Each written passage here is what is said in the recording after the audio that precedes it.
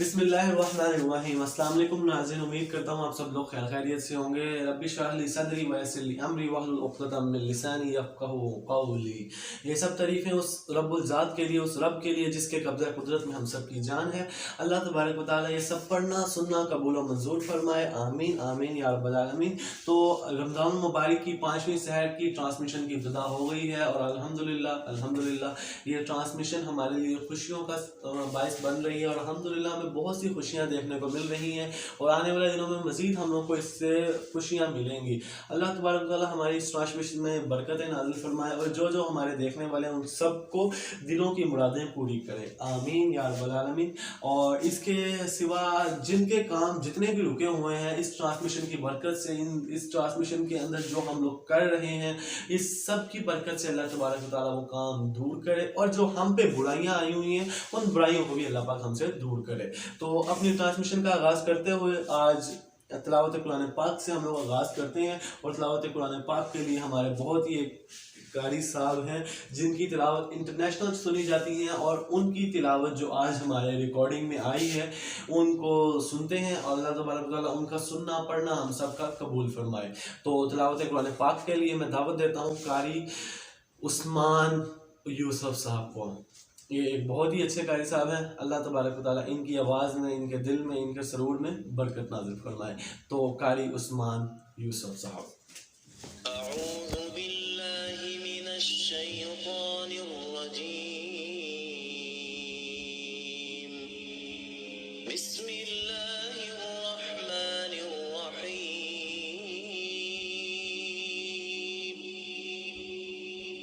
یا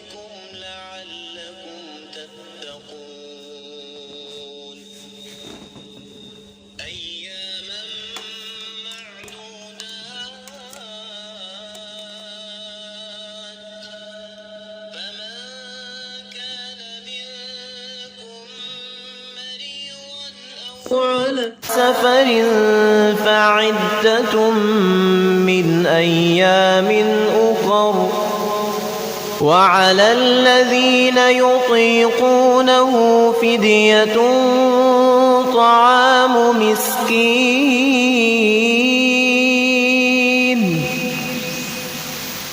فمن تطوع خيرا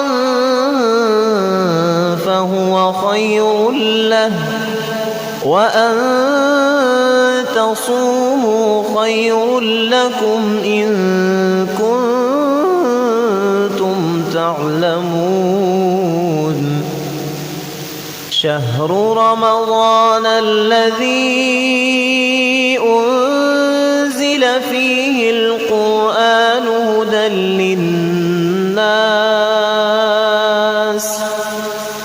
هدى للناس وبينات من الهدى والفرقان،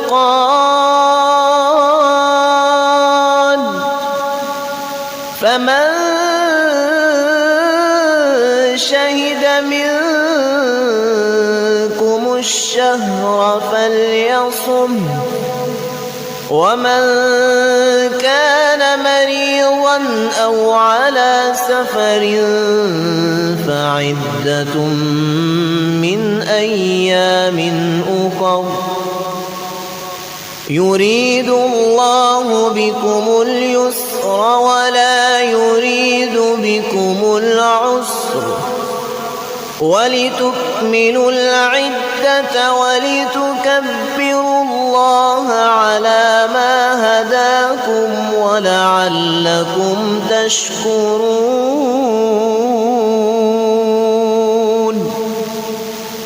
وَإِذَا سَأَلَكَ عِبَادِي عَنِّي فَإِنِّي قَرِيبٌ أجيب دعوة الداع إذا دعاني فليستجيبوا لي وليؤمنوا بي لعلهم يرشدون أحل لكم ليلة الصيام الرفث إلى نسائكم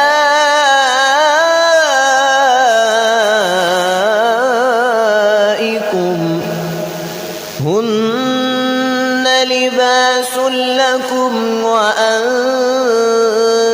لباس لهن علم الله أنكم كنتم تختانون أنفسكم فتاب عليكم وعفى عنكم فالآن باشروهن وابتغوا ما كتب الله لكم وكلوا واشربوا حتى يتبين لكم الخيط الأبيض من الخيط الأسود من الفجر ثم أتموا الصيام إلى الليل ولا تباشروهن وأنتم عاكفون في المساجد تلك حدود الله فلا تقربوها كذلك يبين الله آياته للناس لعلهم يتقون ولا تأكلوا أموالكم بينكم بالباطل وتدلوا بها إلى الحكام لتأكلوا فريقا من أموال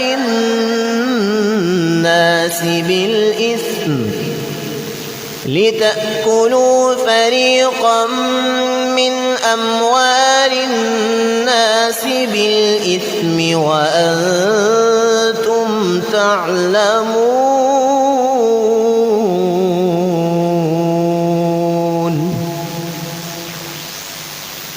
جی تو ناظرین یہ تھے قاری یوسف صاحب. امید کروں گا آپ لوگوں کی ان کی تلاوت پسند آئی ہوگی. یہ ایک بہت ہی اچھے اور عمدہ لہجے میں بات کرنے والے قاری صاحب ہیں اور الحمدللہ ان کے جو تلاوت قرات ہے یہ انٹرنیشنل ورلڈ میں بہت ہی مشہور ہے اور ان کی یہ جو میں کہتا ہوں کہ ان کی جو تلاوت ہے یہ یوٹیوب کے اوپر بھی ہے. آپ ان کی تلاوت وہاں پہ بھی سرچ کر سکتے ہیں. مجھے ان کی تلاوت ان کے باقاعدہ انہوں نے وائس میں بھیجی تھی میری ریکویسٹ پہ کہ یار یوٹیوب جو ہے وہ ہماری جو وائس ہے جو ہم لوگ اس میں پلے کر رہے ہیں اس کو کاپی رائٹ کی وجہ سے وہ اس کو کینسل کر رہا ہے. تو میں بہت شکریہ کرتا ہوں اپنے قاری صاحب کا کہ قاری صاحب نے مجھے یہ ریکارڈڈ بھیجی. میں نے پہلے بھی آپ لوگوں کو بتایا تھا کہ یار میری جو ٹرانسمیشن ہے وہ آلریڈی ریکارڈڈ چل رہی ہے کیونکہ ہمارے پاس اتنا بہت بڑا بجٹ نہیں ہے کہ ہم لوگ ایک ٹرانسمیشن یہ کر سکیں. انشاءاللہ اگلے سال سے میں نے اس کا بہت بخوبی ایک سیٹ اپ بنایا ہے. پلان سوچ رہا ہوں کہ یار اگلے سال سے ہم لوگ اس کو ایک رحمان رمضان ٹرانسمیشن کے نام سے باہر پریزنٹ کیا جائے. تو الحمدللہ ہم لوگ اس کو کریں گے بھی. اللہ تبارک و تعالی ہم سب کا کرنا سننا قبول و منظور فرمائے اور آنے والے دنوں میں ہم لوگ اس کو بہترین سے بہترین کر کے بنائیں گے. اور آنے والے دنوں میں تاخیراتیں آ رہی ہیں اور تاخیراتوں میں بھی اس کا ہم لوگوں نے ایک حل سوچا ہے اور اس کا بھی پلان انشاءاللہ 15ویں یا 16ویں رمضان المبارک کے بعد ہم لوگ آپ لوگوں سے شیئر کریں گے. انشاءاللہ وہ بھی آپ لوگوں کو پسند آئے گا. اور اس کے ساتھ ساتھ ہی اب ہم لوگ نعت رسول مقبول صلی اللہ علیہ وسلم کی طرف بڑھ رہے ہیں. نعت وہ حصہ ہے جس کو ہم لوگوں کے دلوں کو خوش آ لیتا ہے. اور میں نے ہر بار اپنی ٹرانسمیشن میں یہی کہا ہے کہ یار جو ہمارے ساتھ یہاں پہ ہمارے دوست احباب موجود ہیں ان سب سے گزارش کرتا ہوتا ہوں کہ یار جہاں پہ القابات کا اظہار آئے وہاں پہ آپ لوگ اس کو ساتھ ہی پڑھائیں. تو امید کروں گا آپ لوگوں کو بار بار کہنے کی ضرورت نہیں پڑے گی، آپ لوگ سمجھدار لوگ ہیں ماشاءاللہ، بہت اچھے دوست ہیں میرے بھی. اور اس کے ساتھ ساتھ ہی جہاں جہاں پہ نعتیہ کلام میں، شاعری کلام میں القابات کا اظہار ہے تو آپ لوگ مل کے القابات کا اظہار کریں.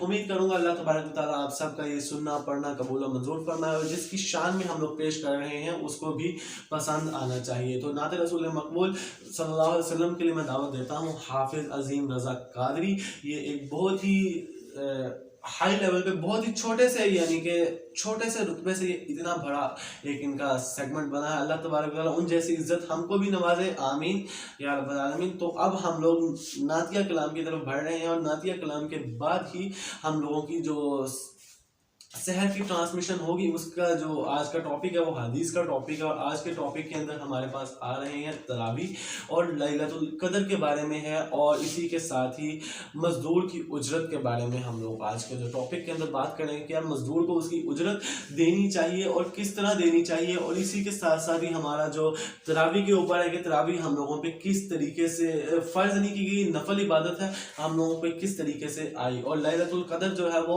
آخری طاق راتوں میں تلاش کی جائے، اس بارے میں نے اس چیز کے اندر آج کے ٹاپک کے اندر بیان ہے. تو نعت رسول مقبول صلی اللہ علیہ وسلم کے بعد ہم لوگوں کا حدیث کا، اور حدیث کے بعد ایک مسئلہ ضرور ہوتا ہے. تو اللہ تبارک و تعالیٰ ہم سب کا پڑھنا سننا قبول فرمائے. نعت رسول مقبول کے لیے میں دعوت دیتا ہوں حافظ عظیم رضا قادری صاحب. میرا نبی ہے، وہ میرا نبی ہے، احمد ہے، محمد ہے، وہی ختم رسول ہے، مخدوم مربی ہے، وہی والی کل ہے، احمد ہے، محمد ہے، وہی ختم رسول ہے، مخدوم مربی ہے، وہی والی کل ہے، اس پر ہی نظر، اس پر ہی نظر سارے زمانے کی لگی ہے. وہ میرا نبی، میرا نبی، میرا نبی ہے، وہ میرا نبی، میرا نبی، میرا نبی ہے.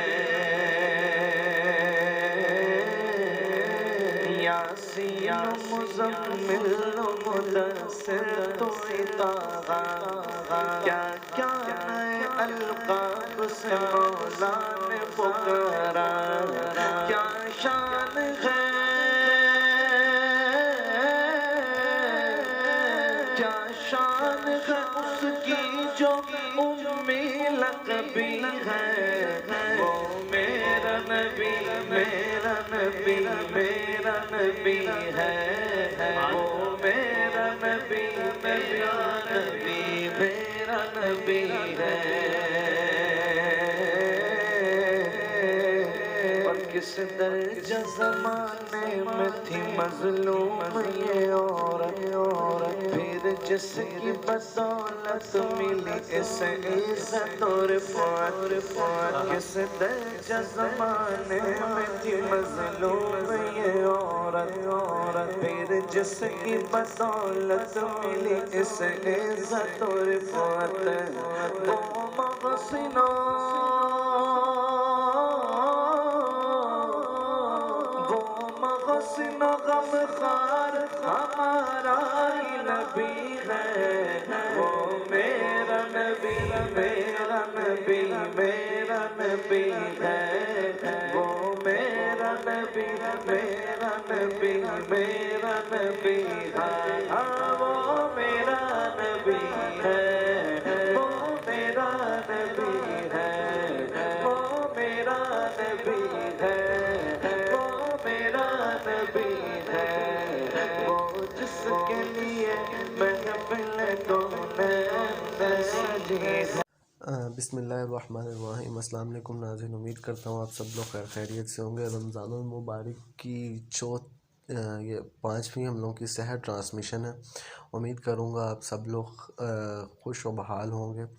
اور ہماری جو آج کا ٹاپک ہے، کل کا ہمارا ٹاپک تھا کتاب صحیح بخاری میں روزے کے مسائل، اور آج ہمارا ٹاپک ہے صحیح بخاری میں نماز تراویح پڑھنے کا بیان.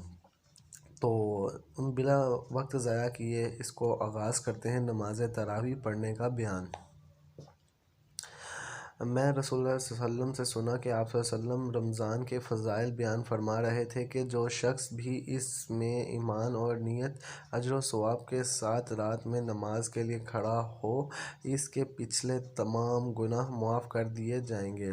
رسول اللہ صلی اللہ علیہ وسلم نے فرمایا، جس نے رمضان کی راتوں میں پے در پے کر نماز تراویح پڑھی، ایمان اور ثواب کی نیت کے ساتھ، اس کے اگلے تمام گناہ معاف ہو جائیں گے۔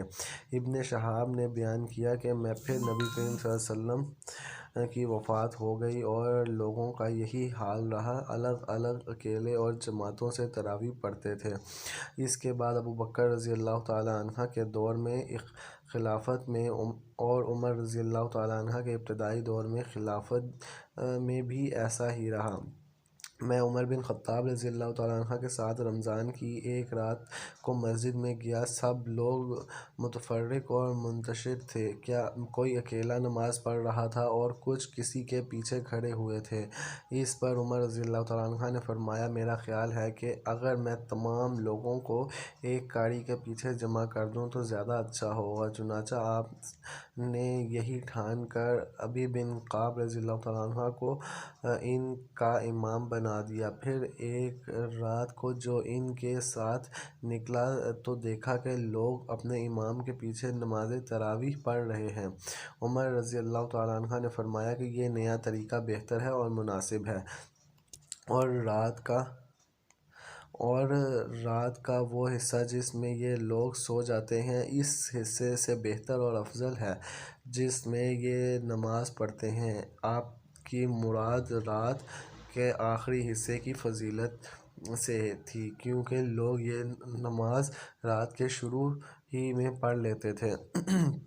نبی کریم صلی اللہ علیہ وسلم نے ایک بار نماز تراویح پڑھائی اور یہ رمضان میں ہوا تھا۔ رسول اللہ صلی اللہ علیہ وسلم نے ایک مرتبہ رمضان کی نصف شب میں مسجد تشریف لے گئے اور وہاں تراویح کی نماز پڑھائی۔ کچھ صحابہ رضی اللہ تعالیٰ عنہ بھی آپ کے ساتھ نماز میں شریک ہو گئے۔ صبح ہوئی تو انہوں نے اس کا چرچا کیا، چنانچہ دوسری رات میں بھی لوگ پہلے سے بھی زیادہ جمع ہو گئے اور آپ صلی اللہ علیہ وسلم کے ساتھ نماز پڑھی۔ دوسری صبح کو اور زیادہ چرچا ہوا اور تیسری رات اس سے بھی زیادہ لوگ جمع ہو گئے۔ آپ نے اس رات بھی نماز پڑھائی اور لوگوں نے آپ صلی اللہ علیہ وسلم کی اقتداء کی۔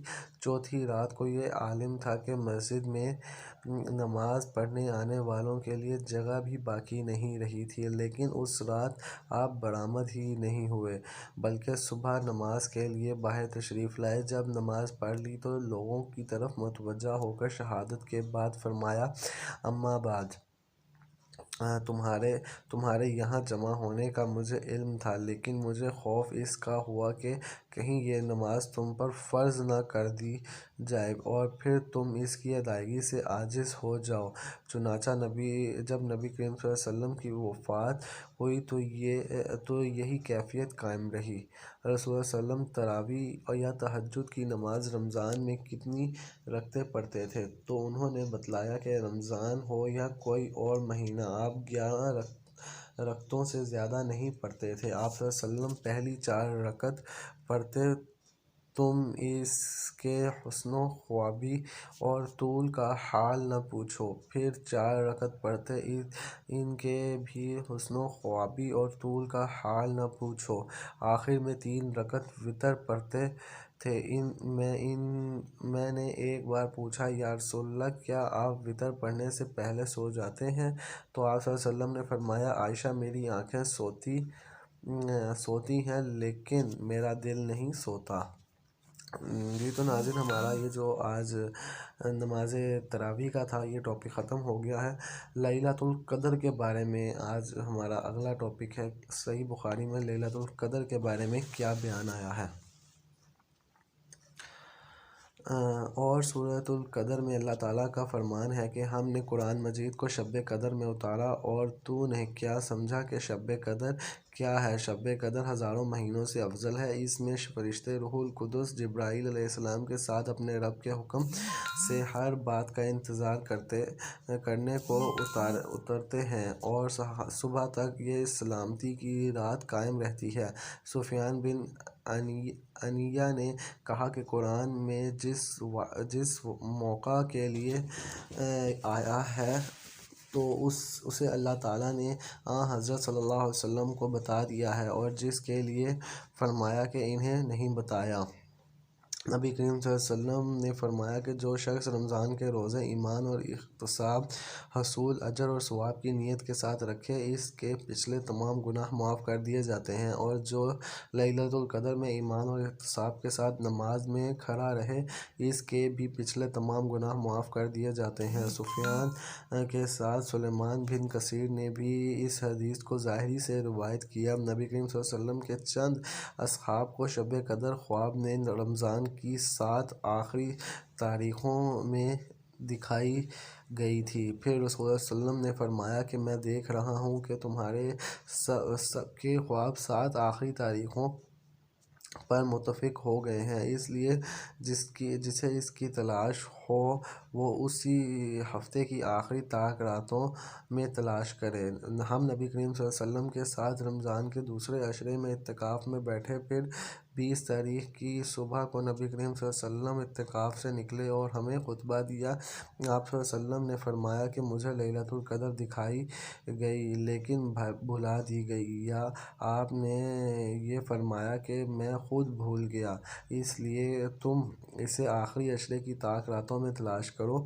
میں نے یہ بھی دیکھا کہ خواب میں کہ گویا میں کیچڑ میں سجدہ کر رہا ہوں، اس لیے جس نے میرے ساتھ اعتکاف کیا ہو وہ پھر لوٹ آئے اور اعتکاف میں بیٹھے۔ خیر ہم نے پھر اعتکاف کیا۔ اس وقت آسمان پر بادلوں کا ایک ٹکڑا بھی نہیں تھا، لیکن دیکھتے ہی دیکھتے بادل آئے اور بارش اتنی ہوئی کہ مسجد کی چھت سے پانی ٹپکنے لگا جو کھجور کی شاخوں سے بنی ہوئی تھی۔ پھر نماز کی تکبیر ہوئی تو میں نے دیکھا کہ رسول اللہ صلی اللہ علیہ وسلم کیچڑ میں سجدہ کر رہے تھے، یہاں تک کہ کیچڑ کا نشان میں نے آپ صلی اللہ علیہ وسلم کی پیشانی پر دیکھا۔ رسول اللہ صلی اللہ علیہ وسلم نے فرمایا قدر کو رمضان کے آخری عشرے کی طاق راتوں شب قدر کو رمضان کی آخری راتوں میں تلاش کرو۔ نبی کریم صلی اللہ علیہ وسلم رمضان کے اس عشرے میں اعتکاف کیا کرتے تھے جو مہینے کے بیچ میں پڑتا ہے۔ 20 راتوں کے گزر جانے کے بعد جب 21ویں تاریخ کی رات آتی تو شام کو آپ گھر واپس آ جاتے۔ جو لوگ آپ کے ساتھ اعتکاف میں ہوتے تھے وہ بھی اپنے گھروں میں واپس آ جاتے۔ ایک رمضان میں جب آپ اعتکاف کیے ہوئے تھے تو اس رات میں بھی مسجد ہی میں مقیم رہے جس میں آپ کی عادت گھر آ جانے کی تھی۔ پھر آپ نے لوگوں کو خطبہ دیا کہ اور جو کچھ اللہ پاک نے چاہا۔ آپ نے لوگوں کو اس کا حکم دیا، پھر فرمایا کہ میں نے اس دوسرے عشرے میں اعتکاف کیا کرتا تھا، لیکن اب مجھ پر یہ ظاہراً ہوا کہ اب اس آخری عشرے میں اعتکاف کرنا چاہیے، اس لیے جس نے میرے ساتھ اعتکاف کیا ہے وہ معتکف ہی میں ٹھہرا رہے، اور مجھے یہ رات شب قدر دکھائی گئی لیکن پھر بھلوا دی گئی، اس لیے تم لوگ اسے آخری عشرے کی طاق راتوں میں تلاش کرو۔ میں نے خواب میں اپنے کو دیکھا کہ اس رات کیچڑ میں سجدہ کر رہا ہوں، پھر اس رات آسمان پر ابرا ہوں اور بارش برسی۔ نبی کریم صلی اللہ علیہ وسلم کے نماز پڑھنے کی جگہ چھت سے پانی ٹپکنے لگا۔ یہ 21ویں کی رات کا ذکر ہے۔ میں نے خود اپنی آنکھوں سے دیکھا کہ آپ صلی اللہ علیہ وسلم صبح کی نماز کے بعد واپس ہو رہے تھے اور آپ کے چہرہ مبارک پر کیچڑ لگی ہوئی تھی۔ نبی کریم صلی اللہ علیہ وسلم نے فرمایا شب قدر کو تلاش کرو۔ نبی کریم صلی اللہ علیہ وسلم رمضان کے آخری عشرے میں اعتکاف کرتے اور فرماتے کہ رمضان کے آخری عشرے میں شب قدر کو تلاش کرو۔ نبی کریم صلی اللہ علیہ وسلم نے فرمایا، شب قدر کو رمضان کے آخری عشرے میں تلاش کرو جب 9 راتیں باقی رہ جائیں، یا 7 یا 5 راتیں باقی رہ جائیں، یعنی 21ویں یا 30ویں یا 5ویں راتوں میں شب قدر کو تلاش کرو۔ نبی کریم صلی اللہ علیہ وسلم نے فرمایا کہ شب قدر رمضان کے آخری عشرے میں پڑتی ہے تو جب 9 راتیں گزر جائیں یا 7 باقی رہ جائیں۔ آپ صلی اللہ علیہ وسلم کی مراد شب قدر سے تھی۔ عبدالوہاب نے ایوب اور خالد سے بیان کیا کہ ان سے اکرمہ نے اور انہوں نے ابن عباس رضی اللہ تعالیٰ عنہما نے کہ شب قدر کو 24 تاریخ کی رات میں تلاش کرو۔ نبی کریم صلی اللہ علیہ وسلم ہمیں شب قدر کی خبر دینے کے لیے تشریف لا رہے تھے کہ 2 مسلمان آپس میں جھگڑا کرنے لگے۔ اس پر آپ صلی اللہ علیہ وسلم نے فرمایا کہ میں آیا تھا کہ تمہیں شب قدر بتا دوں، لیکن فلاں فلاں نے آپس میں جھگڑا کر لیا، پس اس کا علم اٹھا لیا گیا، اور امید یہی ہے کہ تمہارے حق میں یہی بہتر ہوگا کہ پس اب تم اس کی تلاش آخری عشرے کی 9 یا 7 یا 5 کی راتوں میں کیا کرو۔ جب رمضان کا آخری عشرہ آتا تو نبی کریم صلی اللہ علیہ وسلم اپنا تہبند مضبوط باندھتے، یعنی اپنی کمر پوری طرح کس لیتے، اور ان راتوں میں آپ خود بھی جاگتے اور اپنے گھر والوں کو بھی جگایا کرتے تھے۔ تو دوستو، ہم لوگوں کا جو تراویح کا تھا اور لیلۃ القدر کا تھا وہ ہم لوگوں نے مکمل کر لیا ہے ٹاپک۔ تو اس کے بعد ہم لوگوں کا آتا ہے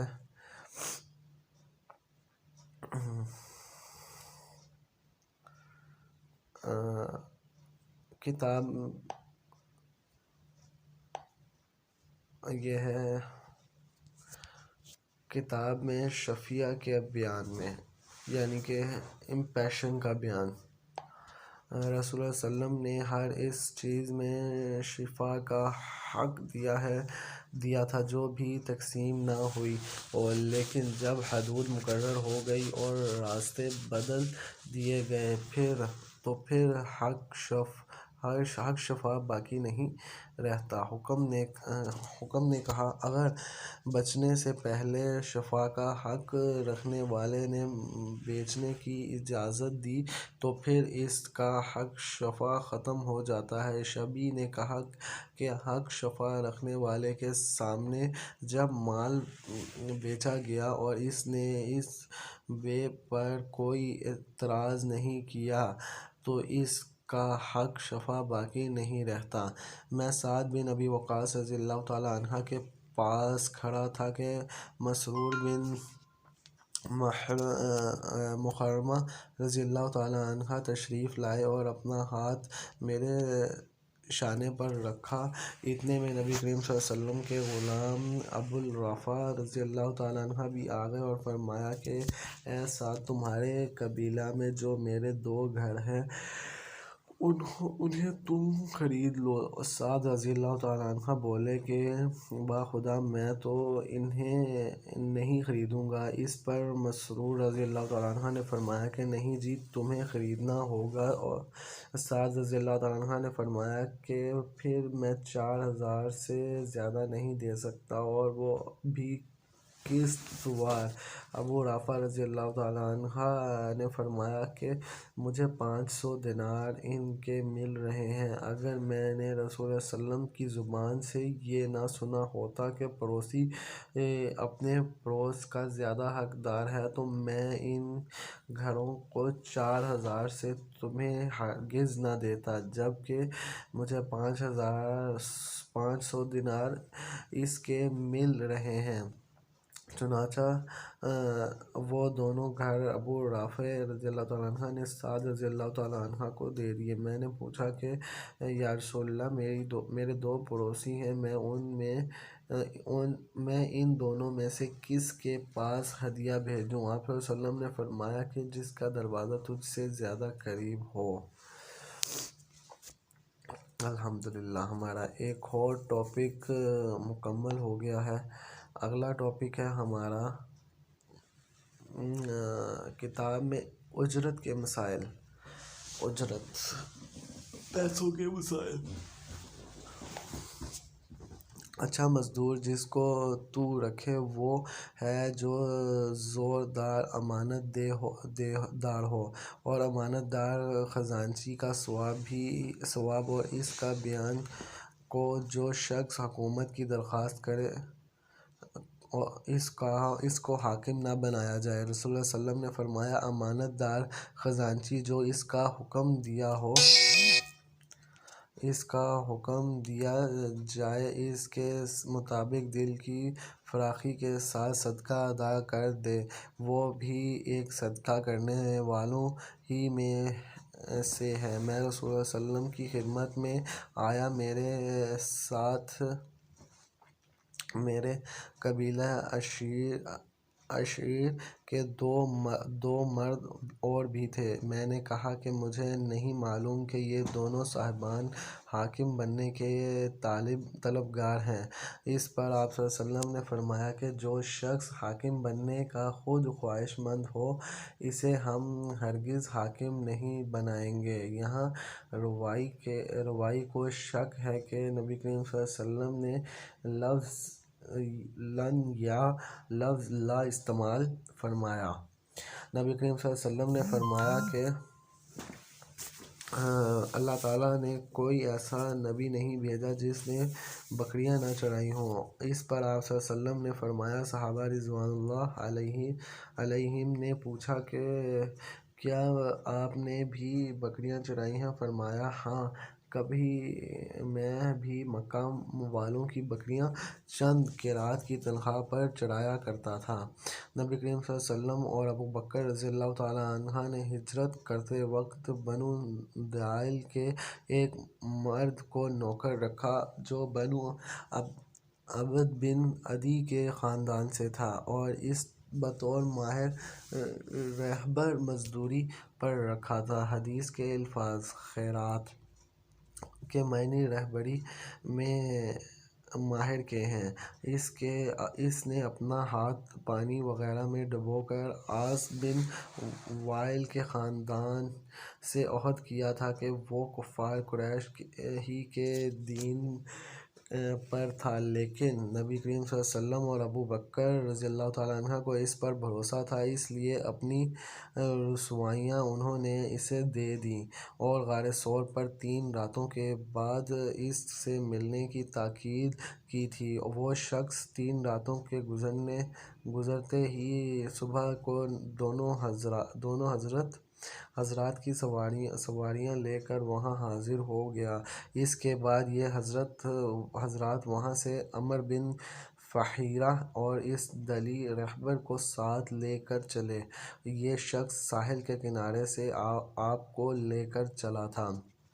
کام 3 دن کا یا 1 مہینے کا یا 1 سال کے بعد کرنا ہو تو جائز ہے، اور جب وہ مقررہ وقت آ جائے تو دونوں اپنی شرط پر قائم رہیں گے۔ اور ان سے نبی کریم صلی اللہ علیہ وسلم کی بیوی عائشہ رضی اللہ تعالیٰ عنہا نے بیان کیا کہ رسول اللہ صلی اللہ علیہ وسلم اور ابوبکر رضی اللہ تعالیٰ عنہ نے بنو دائل کے ایک ماہر راہبر سے مزدوری طے کر لی تھی۔ وہ شخص کفار قریش کے دین پر تھا۔ ان دونوں حضرات نے اپنی دونوں اونٹنیاں اس کے حوالے کر دی تھیں اور کہہ دیا تھا کہ 3 راتوں کے بعد صبح سویرے ہی سواروں کے ساتھ غار ثور پر آ جائیں۔ میں نبی کریم صلی اللہ علیہ وسلم کے ساتھ جاش اسرتا غزوہ تبوک میں گیا تھا۔ یہ میرے نزدیک میرا سب سے زیادہ قابل اعتماد نیک عمل تھا۔ میرے ساتھ ایک مزدور بھی تھا، وہ ایک شخص سے جھگڑا اور ان میں سے ایک نے دوسرے مقابل والے کی انگلی چبا ڈالی۔ دوسرے نے جو اپنا ہاتھ زور سے کھینچا تو اس کے آگے کے دانت بھی ساتھ ہی کھنچے چلے آئے۔ اور گر گئے۔ اس پر وہ شخص اپنا مقدمہ لے کر نبی کریم صلی اللہ علیہ وسلم کی خدمت میں حاضر پہنچا۔ نبی کریم صلی اللہ علیہ وسلم نے اس کے دانت ٹوٹنے کا کوئی قصاص نہیں دلوایا بلکہ فرمایا کہ وہ انگلی تمہارے منہ میں چبانے کے لیے چھوڑ دیتا۔ راوی نے کہا کہ میں خیال کرتا ہوں کہ آپ صلی اللہ علیہ وسلم نے یوں بھی فرمایا جس طرح اونٹ چبا لیا کرتا ہے کہ ایک شخص نے ایک دوسرے شخص کا ہاتھ کھایا، دوسرے نے اپنا ہاتھ کھینچا تو اس کاٹنے والے کا دانت ٹوٹ گیا اور ابو بکر رضی اللہ تعالیٰ عنہ نے اس کا کوئی قصاص نہیں دلوایا۔ سورہ قصص میں اللہ تعالیٰ نے حضرت شعیب علیہ السلام کا قول یوں بیان فرمایا ہے کہ میں چاہتا ہوں کہ اپنی ان دو لڑکیوں میں سے کسی کا تم سے نکاح کر دوں۔ آخری آیت تک عربیوں کے ہاں بول کر مراد مرد ہوتا، یعنی فلاں کو وہ مزدوری دیتا۔ اس لفظ سے مشتق تعزیت کے موقع پر یہ لفظ کہتے ہیں اللہ تجھ کو اس کا اجر عطا فرمائے۔ مجھ سے رسول اللہ صلی اللہ علیہ وسلم نے ارشاد فرمایا کہ پھر وہ دونوں موسیٰ اور خضر علیہ السلام چلے تو انہیں ایک گاؤں میں ایک دیوار ملی جو گرنے والی تھی۔ سعد نے کہا کہ خضر علیہ السلام نے اپنے ہاتھ سے اس طرح اشارہ کیا کہ وہ ہاتھ اٹھایا اور دیوار سیدھی ہو گئی۔ یا علی نے کہا میرا خیال ہے کہ سعد نے کہا خضر علیہ السلام نے دیوار کو اپنے ہاتھ سے چھوا اور وہ دیوار سیدھی ہو گئی۔ تب موسیٰ علیہ السلام بولے کہ اگر چاہتے تو اس کام کی مزدوری لے سکتے تھے۔ سعد نے کہا کہ موسیٰ علیہ السلام کی مراد یہ تھی کہ کوئی چیز مزدوری میں آپ کو لینی چاہیے تھی جس میں کھا سکتے، کیونکہ بستی والوں نے ان کو کھانا نہیں کھلایا تھا۔ نبی کریم صلی اللہ علیہ وسلم نے فرمایا تمہاری اور یہود و نصارہ کی مثال ایسی ہے کہ کسی شخص نے کئی مزدور کام پر لگائے اور کہا کہ میرا کام ایک قرات پر صبح سے دوپہر تک کون کرے گا۔ یہ یہودیوں نے صبح سے دوپہر تک اس کا کام کیا، پھر اس نے کہا کہ آدھے دن سے عصر تک ایک قرات پر میرا کام کون کرے گا۔ چنانچہ یہ کام پھر نصار نے کیا۔ پھر اس شخص نے کہا کہ عصر کے وقت سے سورج ڈوبنے تک میرا کام 2 قرات میں کون کرے گا، اور تم امت محمدیہ صلی اللہ علیہ وسلم ہی وہ لوگ ہو جس کو یہ درجہ حاصل ہو۔ اس پر یہود و نصارہ نے ابر مانا۔ وہ کہنے لگے کہ کام تو ہم زیادہ کریں اور مزدوری ہمیں کم ملے۔ پھر اس شخص نے کہا کہ اچھا یہ بتاؤ کہ تمہارا حق تمہیں پورا نہیں ملا؟ سب نے کہا کہ ہمیں تو ہمارا پورا حق مل گیا۔ اس شخص نے کہا کہ پھر یہ میرا فضل ہے میں جسے چاہوں زیادہ دوں۔ رسول صلی اللہ علیہ وسلم نے فرمایا کہ تمہاری اور یہودی و نصارہ کی مثال ایسی ہے کہ ایک شخص نے چند مزدور کام پر لگائے اور کہا کہ ایک قرات پر آدھے دن تک میری مزدوری کون کرے گا۔ پس یہود نے ایک قرات پر یہ مزدوری کی، پھر نصارہ نے بھی ایک قرات پر کام کیا، پھر تم لوگوں نے عصر سے مغرب تک 2 قرات پر کام کیا۔ اس پر یہود و نصارہ غصہ ہو گئے کہ ہم تو زیادہ کام کیا اور مزدوری ہم کو کم ملی۔ اس پر اس شخص نے کہا کہ کیا میں نے تمہارا حق ذرا برابر بھی مارا ہے؟ تو انہوں نے کہا کہ نہیں۔ پھر اس شخص نے کہا کہ یہ میرا فضل ہے کہ جسے چاہوں زیادہ دیتا ہوں۔ نبی کریم صلی اللہ علیہ وسلم نے بتلایا کہ اللہ تعالیٰ کا فرمان ہے کہ 3 قسم کے لوگ ایسے ہیں جن کا قیامت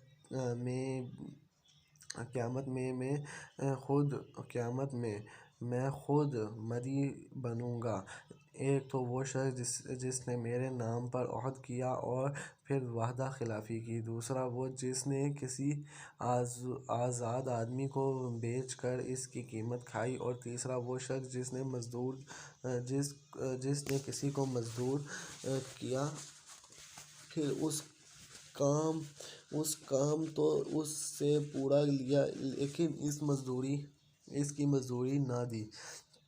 نبی کریم صلی اللہ علیہ وسلم نے فرمایا، مسلمان کی اور یہود و نصارہ کی مثال ایسی ہے کہ ایک شخص نے چند آدمیوں کو مزدور کیا کہ یہ سب اس کا ایک کام صبح سے رات تک مقرر اجرت پر کریں۔ چنانچہ کچھ لوگوں نے یہ کام دوپہر تک کیا، پھر کہنے لگے کہ ہمیں تمہاری اس مزدوری کی ضرورت نہیں ہے جو تم نے ہم سے طے کی ہے، بلکہ جو کام ہم نے کر دیا وہ بھی غلط رہا۔ اس پر اس شخص نے کہا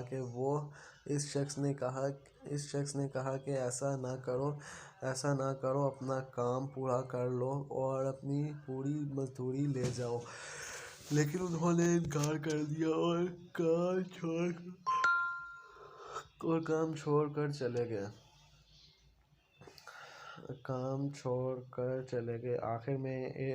آخر میں اس نے دوسرے مزدور لگائے اور اس نے کہا کہ باقی دن پورا کر لو، میں تمہیں وہی مزدوری دوں گا جو پہلے مزدوروں سے طے کی تھی۔ چنانچہ انہوں نے کام شروع کیا، لیکن عصر کی نماز کا وقت آیا تو انہوں نے بھی یہی کیا کہ ہم نے جو تمہارا کام کر دیا وہ بالکل بیکار رہا، مزدوری بھی تم اپنے ہی پاس رکھو جو تم نے ہم سے طے کی تھی۔ اس شخص نے اس کو سمجھایا کہ اپنا باقی کام پورا کر لو، دن بھی اب تھوڑا ہی باقی رہ گیا ہے، لیکن وہ نہ مانے۔ آخر اس شخص نے دوسرے مزدور لگائے کہ یہ دن کا جو حصہ باقی رہ گیا ہے اس میں یہ کام کر دیں۔ چنانچہ ان لوگوں نے سورج غروب ہونے تک دن کے بقیہ حصے میں کام پورا کیا، اور پہلے اور دوسرے مزدوروں کی مزدوری بھی سب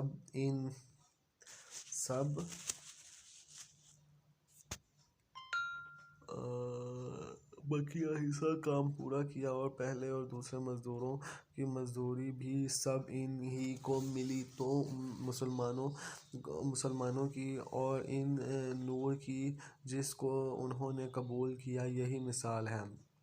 پھر مزدور کی اس چھوڑی ہوئی رقم یا جن سے مزدوری لینے والے نے کوئی تجارتی کام کیا، اس طرح وہ اصل مالدار بھر گیا، اور وہ شخص جس نے کسی دوسرے کے مال سے کوئی کام کیا اور اس میں نفع ہوا۔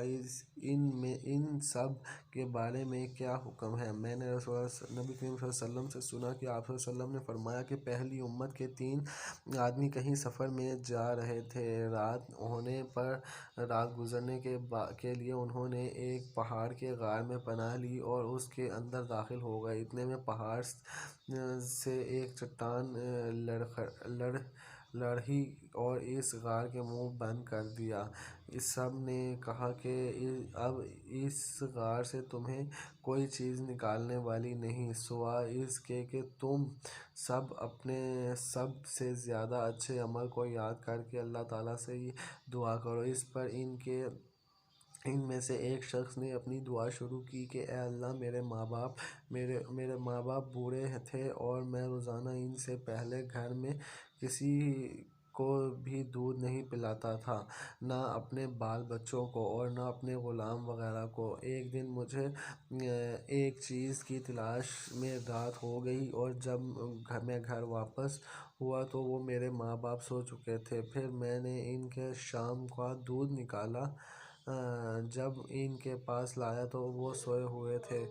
مجھے یہ بات ہرگز اچھی معلوم نہیں ہوئی کہ ان سے پہلے اپنے بال بچوں یا اپنے کسی غلام کو دودھ پلاؤں، اس لیے کہ میں نے ان کے سرہانے کھڑا رہا۔ دودھ کا پیالہ میرے ہاتھ میں تھا اور میں ان کے جاگنے کا انتظار کر رہا تھا، یہاں تک کہ صبح ہو گئی۔ اب میرے ماں باپ جاگے اور انہوں نے اپنا شام کا دودھ اس وقت پیا۔ اے اللہ، اگر میں نے یہ کام محض تیری رضا حاصل کرنے کے لیے کیا تھا تو اس چٹان کی آفت کو ہم سے ہٹا دے۔ اس دعا کے نتیجے وہ غار تھوڑا سا کھل گیا، مگر نکلنا اب بھی ممکن نہ تھا۔ رسول صلی اللہ علیہ وسلم نے فرمایا کہ پھر دوسرے نے دعا کی کہ اے اللہ، میرے چچا کی ایک لڑکی تھی جو سب سے زیادہ مجھے محبوب تھی۔ میں نے اس کے ساتھ برا کام کرنا چاہا لیکن میں نے نہ مانا۔ اس زمانے میں 1 سال قحط پڑا تو وہ میرے پاس آئی۔ میں نے اسے 120 دینار اس شرط پر دیے کہ وہ خلوت میں مجھ سے برا کام کرے، چنانچہ وہ راضی ہو گئی۔ اب میں اس پر قابو پا چکا تھا، لیکن اس نے کہا کہ تمہارے لیے جائز نہیں کرتی کہ مہر کو تم حق کے بغیر توڑو۔ یہ سن کر میں اپنے برے ارادے سے باز آ گیا اور وہاں سے چلا گیا، حالانکہ وہ مجھے سب سے بڑھ کر محبوب تھی، اور میں نے اپنا دیا ہوا سونا بھی واپس نہیں لیا۔ اے اللہ، اگر یہ کام میں نے صرف تیری رضا کے لیے کیا تو ہماری اس مصیبت کو دور کر دے۔ چنانچہ چٹان ذرا سی اور کھسکی، لیکن اب بھی اس سے باہر نہیں نکلا جا سکتا۔ نبی کریم صلی اللہ علیہ وسلم نے فرمایا، تیسرے شخص نے دعا کی، اے اللہ، میں نے چند مزدور کیے تھے، پھر سب کو ان کی مزدوری پوری دے دی، مگر ایک مزدور ایسا نکلا کہ وہ اپنی مزدوری ہی چھوڑ گیا۔ میں نے اس کی مزدوری کو کاروبار میں لگا دیا اور بہت کچھ نفع حاصل ہو گیا۔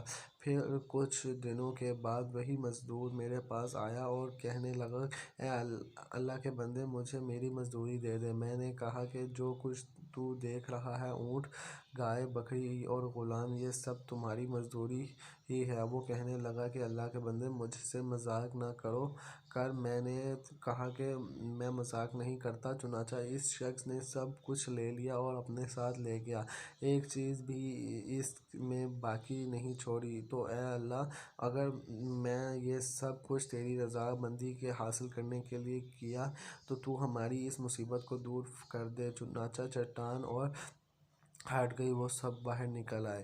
ہم نے سعد بن یحییٰ بن سعد نے بیان کیا کہ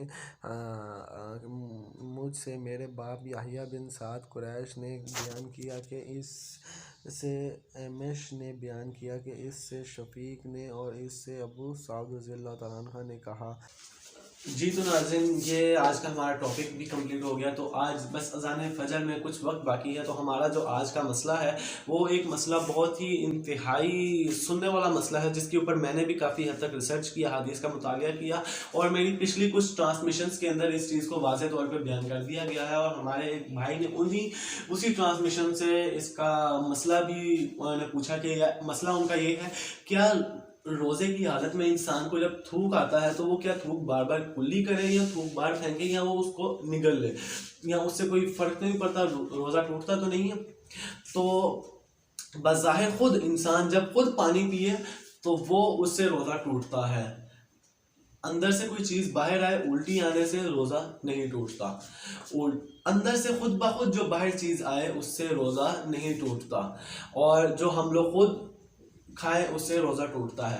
اب اس طریقے سے لے لیں کہ اگر کوئی چیز کھاتے ہیں تو روزہ ٹوٹ جاتا ہے، اور کوئی چیز باہر آتی ہے تو اس سے وضو ٹوٹ جاتا ہے، ٹھیک ہے؟ اس چیز کا آپ نے رکھنا ہے کہ جب کوئی چیز ہم لوگ کھائیں تو روزہ ٹوٹتا ہے، اور جب کوئی چیز باہر آئے تو اس سے وضو ٹوٹتا ہے۔ تو